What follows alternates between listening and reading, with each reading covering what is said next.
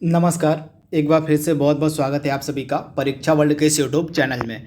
दोस्तों, UP triple S C PET 2021 के लिए हम जो मंथली वाइज करंट अफेयर्स की सीरीज स्टार्ट किए हुए थे, उसमें हमने जो है अभी जनवरी के जितने भी इम्पोर्टेंट करंट अफेयर्स है उसको हमने कंप्लीट कर दिया था तथा आज से हम एक नया मंथ स्टार्ट करेंगे फरवरी माह। फरवरी महीने के जितने भी महत्वपूर्ण करंट अफेयर्स हो सकते हैं उनको आज से हम पढ़ना स्टार्ट करेंगे।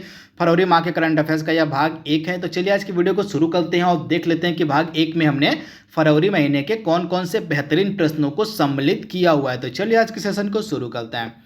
तो पहला काफ़ी इंपॉर्टेंट प्रश्न है, आपकी स्क्रीन पर दिख रहा है। और दुनिया के सबसे बड़े क्रिकेट ग्राउंड मोटेरा का नाम निम्न में से किसके नाम पर करने की घोषणा की गई है। सुपर इंपॉर्टेंट प्रश्न।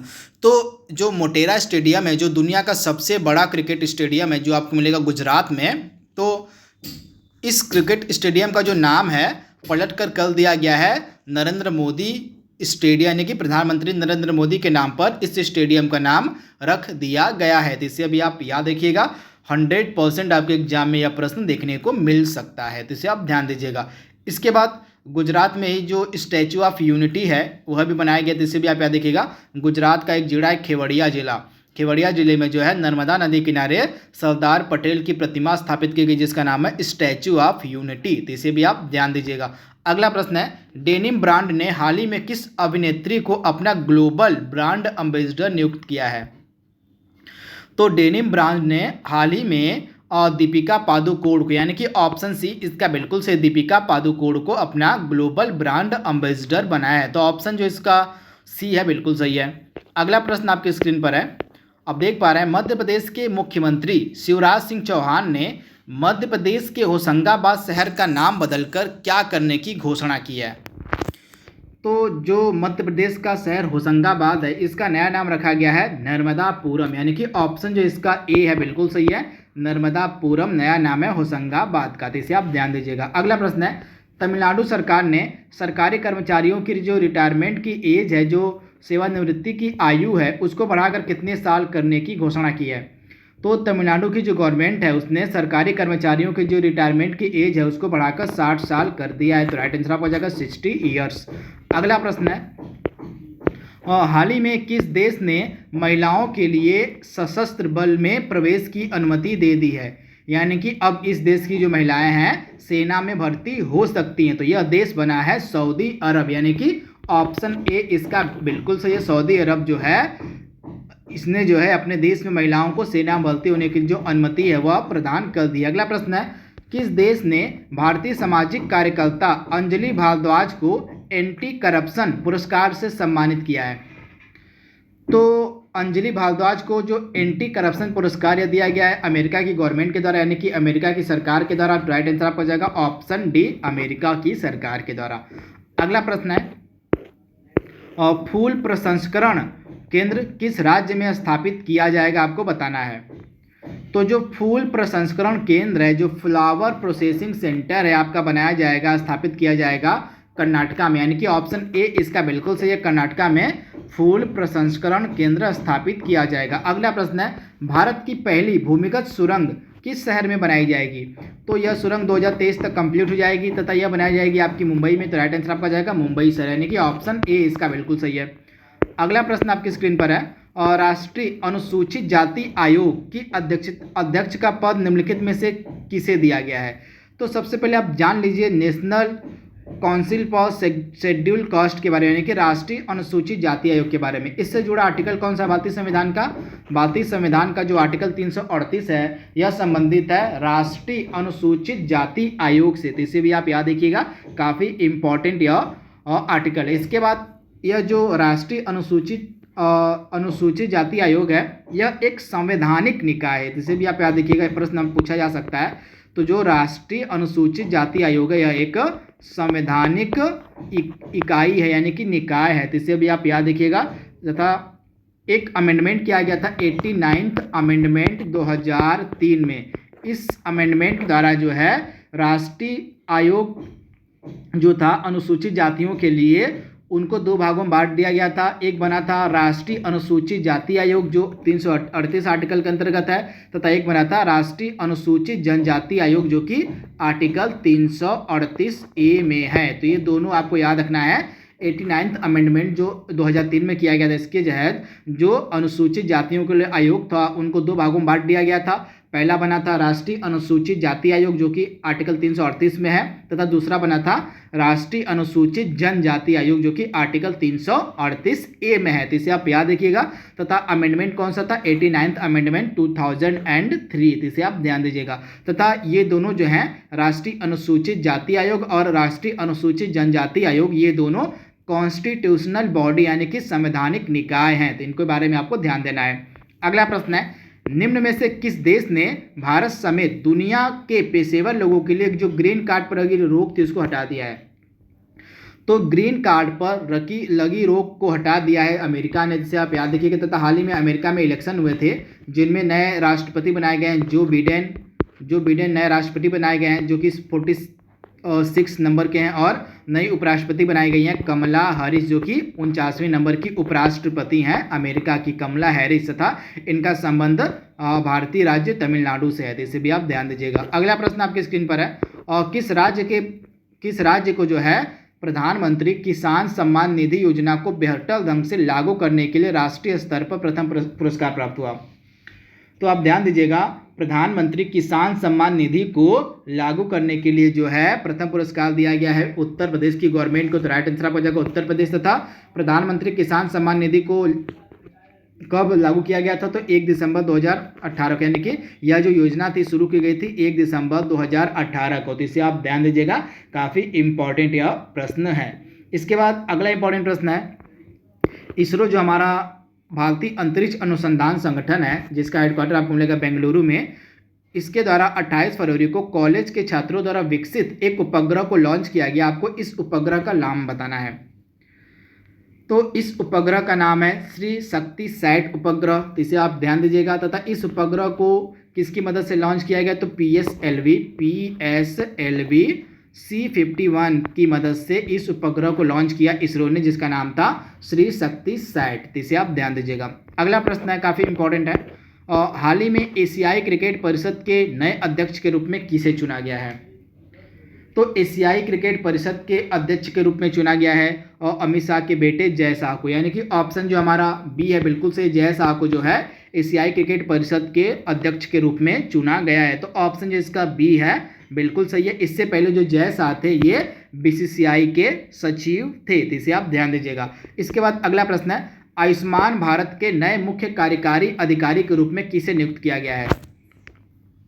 तो आयुष्मान भारत के नए मुख्य कार्यकारी अधिकारी के रूप में नियुक्त किया गया है RS शर्मा को, यानी कि ऑप्शन ए इसका बिल्कुल सही है। RS शर्मा यानी कि राम सेवक शर्मा को आयुष्मान भारत के नए CEO के रूप में अपॉइंट किया गया है। जैसे आप याद रखिएगा, इससे पहले जो राम सेवक शर्मा थे ट्राई यानी कि telecom regulatory authority of India के अध्यक्ष थे। इसे भी आप ध्यान दीजिएगा। इसके बाद अगला प्रश्न आपकी स्क्रीन पर है, और रेस विथ मी पुस्तक के लेखक कौन है? तो रेस विथ मी पुस्तक के लेखक हैं आंड्रे दी ग्रासे, यानी कि ऑप्शन जो इसका बी है बिल्कुल सही है। एक कनाडा के रहने वाले हैं तथा इन्हीं के द्वारा यह पुस्तक लिखी गई है। तो आप ध्यान दीजिएगा।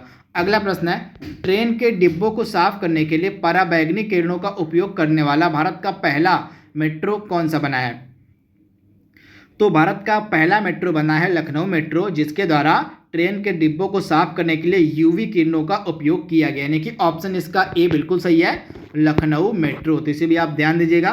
तथा यह जो लखनऊ मेट्रो है, एक चीज़ आप ध्यान दीजिएगा, जो लखनऊ शहर है उत्तर प्रदेश की राजधानी जो है लखनऊ, यहाँ का जो लखनऊ नगर निगम उसके द्वारा भारत का 9वां जो है, मतलब यह भारत का 9वां शहर बन गया जिसके द्वारा म्यूनिसिपल बॉन्ड जारी किए गए। जिसे आप याद रखिएगा, जो लखनऊ नगर निगम है यह भारत का 9वां शहर बन गया है जिसके द्वारा म्यूनिसिपल बॉन्ड जारी किए गए। इसे आप ध्यान दीजिएगा। इसके बाद अगला सुपर इंपॉर्टेंट प्रश्न आपकी स्क्रीन पर है, हाल ही में नोबेल पुरस्कार विजेता पॉल क्रुटजन का निधन हो गया। आपको बताना है कि पॉल क्रुटजन को किस क्षेत्र में नोबेल पुरस्कार दिया गया था? तो जो पॉल क्रुटजन है इनको जो है किस क्षेत्र में दिया गया था नोबेल पुरस्कार? तो रसायन विज्ञान के क्षेत्र में, यानी कि केमिस्ट्री के क्षेत्र में इनको नोबेल पुरस्कार दिया गया था 1995 में, यानी कि 1995 में। अब क्यों दिया गया था? तो पॉल क्रुटजर ने ओजोन परत को होने वाले जोखिम की खोज के, मतलब ओजोन परत में जो जोखिम हो रहा है, मतलब जो ओजोन परत से होने वाले जोखिम की खोज करने के लिए इनको जो है रसायन विज्ञान के क्षेत्र में नोबेल पुरस्कार दिया गया था 1995 में। तो इसे आप ध्यान दीजिएगा। विश्व कैंसर दिवस 2021 कब मनाया गया? तो विश्व कैंसर दिवस 2021 मनाया गया आपका कब? तो आप ध्यान दीजिएगा, विश्व कैंसर दिवस मनाया जाता है प्रतिवर्ष 4 फरवरी के दिन। तो इसे आप ध्यान दीजिएगा। इस वर्ष की थीम इसकी क्या थी? I am and I will. तो ये थीम इंपॉर्टेंट है, I am and I will इसकी थीम थी विश्व कैंसर दिवस 2021 की। इसे आप ध्यान दीजिएगा। वहीं अगर हम 2 फरवरी की बात करें तो 2 फरवरी भी काफ़ी इंपॉर्टेंट है। 2 फरवरी को मनाया जाता है वर्ल्ड वेटलैंड डे के रूप में, यानी कि विश्व आर्द्र भूमि दिवस के रूप में 2 फरवरी को मनाया जाता है। इसे भी आप याद रखिएगा। तथा विश्व आर्द्र भूमि दिवस की थीम क्या थी? Wetlands and water. क्या थी? वेटलैंड्स एंड वाटर इसकी थीम थी विश्व आर्द्र भूमि दिवस की। इसे आप ध्यान दीजिएगा। वही अगर हम 30 जनवरी की बात करें तो जो 30 जनवरी था इसको मनाया गया विश्व कुष्ठ दिवस के रूप में। तो इसे भी आप याद रखिएगा। पूरी दुनिया में 31 जनवरी को मनाया जाता है विश्व कुष्ठ रोग दिवस। एक चीज़ आप ध्यान दीजिएगा, 30 जनवरी को जो है शहीद दिवस के रूप में मनाया जाता है, क्योंकि महात्मा गांधी को इसी दिन नाथूराम गोडसे के द्वारा गोली मारी गई थी। तो इसे भी आप ध्यान दीजिएगा। अगला प्रश्न काफ़ी इंपॉर्टेंट है, भारत का पहला जेंडर पार्क कहाँ स्थापित किया गया है? तो भारत का पहला जेंडर पार्क स्थापित किया गया है केरला में। तो इसे भी आप याद रखिएगा। तथा केरल में ही लेबर मूवमेंट म्यूजियम भी स्थापित किया गया, यानी कि जो श्रमिक आंदोलन म्यूजियम है, संग्रहालय, जो श्रमिक आंदोलन संग्रहालय यानी कि लेबर मूवमेंट म्यूजियम है, यह भी केरल में स्थापित किया गया है। तथा यहाँ पे भारत का पहला जेंडर पार्क भी स्थापित किया गया है। अगला प्रश्न है, किस टीम ने सैयद मुश्ताक अली T20 ट्रॉफी जीती? तो तमिलनाडु की टीम ने जो है सैयद मुश्ताक अली T20 ट्रॉफी जीती, यानी कि ऑप्शन बी इसका बिल्कुल सही है। अगला प्रश्न आपकी स्क्रीन पर है, और ईयर बुक नामक पुस्तक के लेखक कौन है? तो ईयर बुक को किसने लिखा है? तो सेठ रोगन ने, यानी कि ऑप्शन जो इसका ए है बिल्कुल सही है। सेठ रोगन के द्वारा यह फेमस बुक लिखी गई है ईयर बुक। अगला प्रश्न है, हाल ही में किस राज्य ने मिशन भागीरथ के नाम से पैकेज्ड पेयजल लॉन्च किया है? तो मिशन भागीरथ के नाम से जो पैक पेयजल लॉन्च किया गया है, यह लॉन्च किया गया तेलंगाना की गवर्नमेंट के द्वारा। तो इसे भी आप याद रखिएगा, काफ़ी इंपॉर्टेंट है, तेलंगाना की गवर्नमेंट के द्वारा। तो इसे आप ध्यान दीजिएगा। इसके बाद अगला इंपॉर्टेंट प्रश्न है, by many a happy accident पुस्तक के लेखक कौन है? तो हमारे जो भूतपूर्व उपराष्ट्रपति थे, इनका नाम क्या था? इनका नाम था हामिद अंसारी। इन्हीं के द्वारा जो है by many a happy accident नामक पुस्तक को लिखा गया है। इसे आप याद रखिएगा। तथा ये हमारे देश के 2 बार उपराष्ट्रपति थे। इसे भी आप याद रखिएगा, हामिद अंसारी हमारे देश के 2 बार उपराष्ट्रपति रह चुके हैं। अगला बुक है, काफ़ी इंपॉर्टेंट है, the little book of encouragement पुस्तक के लेखक कौन है? तो काफ़ी फेमस बुक है the little book of encouragement, इसको लिखा है दलाई लामा ने। तो इसे भी आप याद रखिएगा। तथा इनके द्वारा एक और पुस्तक लिखी गई जिसका नाम था आवर ओनली होम। तो 2 पुस्तक लिखी गई हैं हाल ही में दलाई लामा के द्वारा, our only home and the little book of encouragement. अगला प्रश्न है, भारत का पहला वेटलैंड संरक्षण और प्रबंधन केंद्र किस शहर में स्थापित किया गया है? तो भारत का पहला जो वेटलैंड संरक्षण और प्रबंधन केंद्र है, यह कहाँ पे स्थापित किया गया है? तो भारत का पहला वेटलैंड और प्रबंधन संरक्षण केंद्र स्थापित किया गया है चेन्नई में। तो राइट आंसर आपका जाएगा चेन्नई, यानी कि ऑप्शन जो इसका बी है बिल्कुल सही है।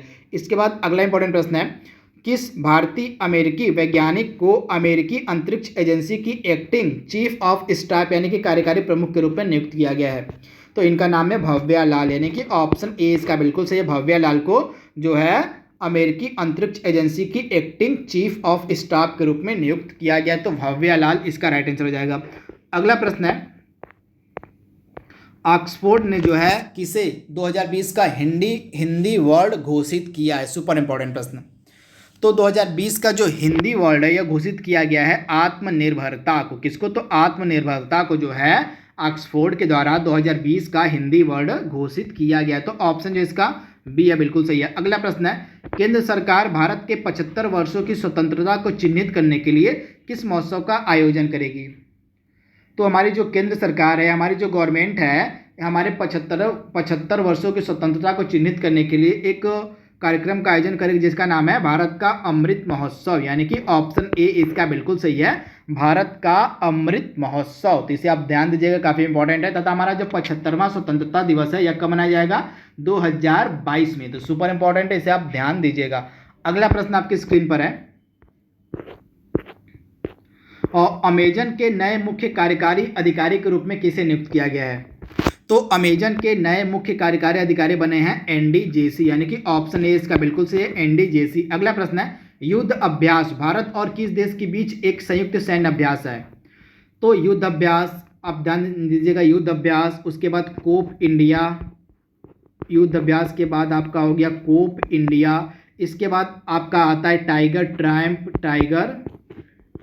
टाइगर ट्रायम्फ, और उसके बाद लास्ट एक्सरसाइज है वज्र प्रहार। तो ये 4 इंपॉर्टेंट एक्सरसाइज की जाती हैं भारत और अमेरिका के मध्य। एक हो गया आपका युद्ध अभ्यास, वज्र प्रहार, कोप इंडिया, टाइगर ट्रायम्फ। ये 4 मोस्ट इंपॉर्टेंट एक्सरसाइज की जाती हैं भारत और अमेरिका के मध्य। अगला प्रश्न आपकी स्क्रीन पर है, और yes man the untold story of Rana Kapoor पुस्तक के लेखक कौन है? तो इस फेमस बुक को लिखा है पवन सी लाल ने, यानी कि ऑप्शन बी इसका बिल्कुल सही है, पवन सी लाल। अगला प्रश्न है, हाल ही में जारी लोकतंत्र सूचकांक 2020 में भारत का क्या स्थान है? तो आप याद रखिएगा, जो लोकतंत्र सूचकांक यानी कि जो डेमोक्रेसी इंडेक्स है, इसको जारी किया है इकोनॉमिस्ट इंटेलिजेंस यूनिट, यानी कि आपकी जो इकोनॉमिस्ट इंटेलिजेंस यूनिट है, EIU है, इसके द्वारा इस सूचकांक को जारी किया गया है। तथा इसमें भारत की रैंकिंग है क्या? तो 53rd, यानी कि 53वां स्थान है भारत का लोकतंत्र सूचकांक 2020 में। तो इसे आप याद रखिएगा। तथा जिस संस्थान ने इसको जारी किया है उसका हेडक्वार्टर आपको मिलेगा लंदन में, यानी कि इकोनॉमिस्ट इंटेलिजेंस यूनिट का हेडक्वार्टर आपको मिलेगा लंदन में। तथा इस इंडेक्स में पहले नंबर पर नॉर्वे है, फिर आइसलैंड है, तो इसे आप याद रखिएगा। तथा सबसे लास्ट में नॉर्थ कोरिया है इस इंडेक्स में, सबसे लास्ट में। अगला प्रश्न आपकी स्क्रीन पर है, हाल ही में आयशा अजीज देश की सबसे युवा पायलट बनी है। तो आपको बताना है कि वे किस राज्य या केंद्र शासित प्रदेश की रहने वाली हैं। तो आयशा अजीज जम्मू कश्मीर की रहने वाली हैं, तथा ये हमारे देश की सबसे युवा पायलट बनी है। तो इसे आप याद रखिएगा, राइट आंसर आपको जाएगा जम्मू कश्मीर की रहने वाली हैं आयशा अजीज। मात्र 25 वर्ष की उम्र में ये पायलट बनी है। अगला प्रश्न है, हाल ही में किस कंपनी ने अमेरिका से कार्बन न्यूट्रल ऑयल की दुनिया की पहली खेप मंगाई है? तो अमेरिका से जो है कार्बन न्यूट्रल ऑयल को खरीदा है रिलायंस इंडस्ट्री, यानी कि ऑप्शन जो इसका रिलायंस ने, यानी कि ऑप्शन ए इसका बिल्कुल सही, रिलायंस की तरह जो है अमेरिका से कार्बन न्यूट्रल ऑयल की दुनिया की पहली खेप मंगाई गई है। तो इसे आप याद रखिएगा। तथा जो रिलायंस है यह गुजरात के जामनगर में, आप ध्यान दीजिएगा, जो रिलायंस है यह गुजरात के जामनगर में दुनिया का सबसे बड़ा चिड़ियाघर बना रही है। तो इसे भी आप ध्यान दीजिएगा। इसके बाद अगला इंपॉर्टेंट प्रश्न आपकी स्क्रीन पर है, ई कैबिनेट को लागू करने वाला देश का पहला राज्य कौन सा है? तो ई कैबिनेट को लागू करने वाला देश का पहला राज्य बना है हिमाचल प्रदेश, यानी कि ऑप्शन सी इसका बिल्कुल सही है, हिमाचल प्रदेश। ब्यूटीफुल थिंग्स इस पुस्तक को किसने लिखा है? तो यह काफ़ी फेमस बुक है, तथा इस पुस्तक को लिखा है हंटर बिडेन ने, यानी कि ऑप्शन जो इसका बी है बिल्कुल सही है, हंटर बिडेन के द्वारा लिखी गई यह पुस्तक ब्यूटीफुल थिंग्स। तो इसे आप याद रखिएगा। तथा अमेरिका के जो राष्ट्रपति हैं जो बिडेन, इनके द्वारा 2 पुस्तकें लिखी गई हैं, 2 फेमस बुक लिखी गई हैं, जिनका नाम है, एक हो गया प्रॉमिसेस टू कीप, और दूसरी पुस्तक है प्रॉमिस मी डैड। इसे आप याद रखिएगा। वर्तमान में जो अमेरिका के राष्ट्रपति हैं जो बिडेन, इनके द्वारा 2 बुक लिखी गई है, प्रॉमिसेस टू कीप और प्रॉमिस मी डैड। इसे आप याद रखिएगा। तथा ब्यूटीफुल थिंग्स को लिखा है हंटर बिडेन ने। अगला प्रश्न है, हाल ही में देश का पहला थंडर स्टॉर्म रिसर्च परीक्षण केंद्र जो है किस राज्य में बनाया जाएगा? तो दुनिया मतलब भारत का पहला, यानी कि हमारे देश का पहला जो थंडर स्टॉर्म रिसर्च परीक्षण केंद्र है यह कहाँ पे खोला जाएगा? उड़ीसा में, यानी कि ऑप्शन सी इसका बिल्कुल सही है, वो उड़ीसा में। तो इसे आप याद रखिएगा। इसके बाद अगला इंपॉर्टेंट प्रश्न है जो कि कई बार मतलब पूछा गया, करंट के अभी जो कुछ एग्जाम हुए हैं उनमें पूछा गया है। तो आपको बताना है कि दिल्ली सरकार ने इलेक्ट्रिक वाहनों को बढ़ावा देने के लिए कौन सा अभियान लॉन्च किया है। तो दिल्ली सरकार ने इलेक्ट्रिक वाहनों को बढ़ावा देने के लिए जो है एक अभियान लॉन्च किया है जिसका नाम है स्विच दिल्ली, यानी कि इसका राइट आंसर हो जाएगा ऑप्शन बी स्विच दिल्ली। इसके बाद अगला इंपॉर्टेंट प्रश्न है, हाल ही में श्री विल्लुपुत्तूर मेघामलई किस राज्य का 5वां टाइगर रिजर्व बना है। तो यह तमिलनाडु का 5वां टाइगर रिजर्व बना जिसका नाम है श्री विल्लुपुत्तूर मेघामलई। तो तमिलनाडु इसका राइट आंसर हो जाएगा। तथा इसके 4 अन्य कौन कौन से टाइगर रिजर्व हैं, तो मुदुमलई, मुंदुरथुरई, सत्यमंगलम, अन्नामलाई, ये 4 टाइगर रिजर्व में, तथा 5वां बना है आपका श्री विल्लुपुत्तूर मेघामलई। तो मैं एक बार फिर से रिपीट कर दे रहा हूँ टाइगर रिजर्व के नाम। एक हो गया अन्नामलाई, दूसरा हो गया मुंदरथुरई, तीसरा हो गया सत्यमंगलम, चौथा हो गया मुदुमलई, तथा 5वां हो गया श्री विल्लुपुत्तूर मेघामलई। ये आपके 5 टाइगर रिजर्व हैं कहाँ के, तमिलनाडु के। तथा यह भारत का 51वां टाइगर रिजर्व बना श्री विल्लुपुत्तूर मेघामलई। आज का लास्ट प्रश्न हमारा है फरवरी माह के फर्स्ट पार्ट के करंट अफेयर्स का। हाल ही में चाह बगीचा धन पुरस्कार किस राज्य को दिया गया। तो चाह बगीचा धन पुरस्कार दिया गया हाल ही में असम को, यानी कि राइट आंसर आपका जाएगा असम। यहाँ पे ऑप्शन में थोड़ा सा गलत हो गया ऑप्शन, तो यहाँ पे असम राइट आंसर आपको जाएगा। तो चाह बगीचा धन पुरस्कार जो है यह असम को दिया गया है। तो ऑप्शन जो इसका है सब रॉन्ग ऑप्शन से, राइट आंसर आपको जाएगा असम। तो फरवरी माह का जो फर्स्ट पार्ट का करंट अफेयर्स था उसको हमने कंप्लीट कर लिया। इसका सेकंड पार्ट हम जल्दी अपलोड करेंगे। तो आज के लिए बस इतना ही। Thank you, thanks for watching, thank you.